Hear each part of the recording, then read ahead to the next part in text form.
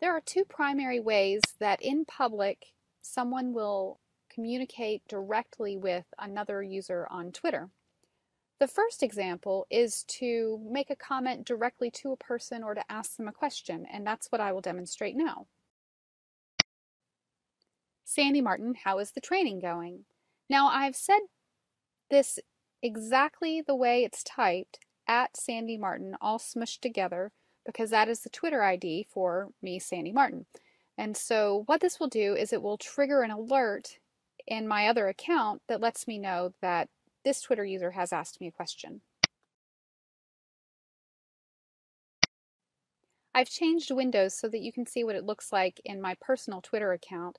And I'm going to click on the Connect button because that is the one that shows all of the interactions that I have directly with other people that are out in the open. You can see here that the Twitter user How to Set Up Social has mentioned me in a tweet with a question that seems to be directed at me. So I can click the reply button and give a reply. It's going great. I've switched windows here so that you can see that when I go to the Connect button under the How to Set Up Social account, that my reply will be visible. And there it is.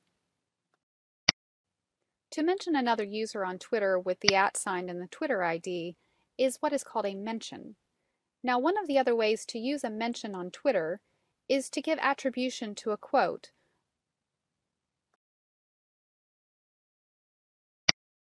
Sandy Martin says, blah, blah, blah.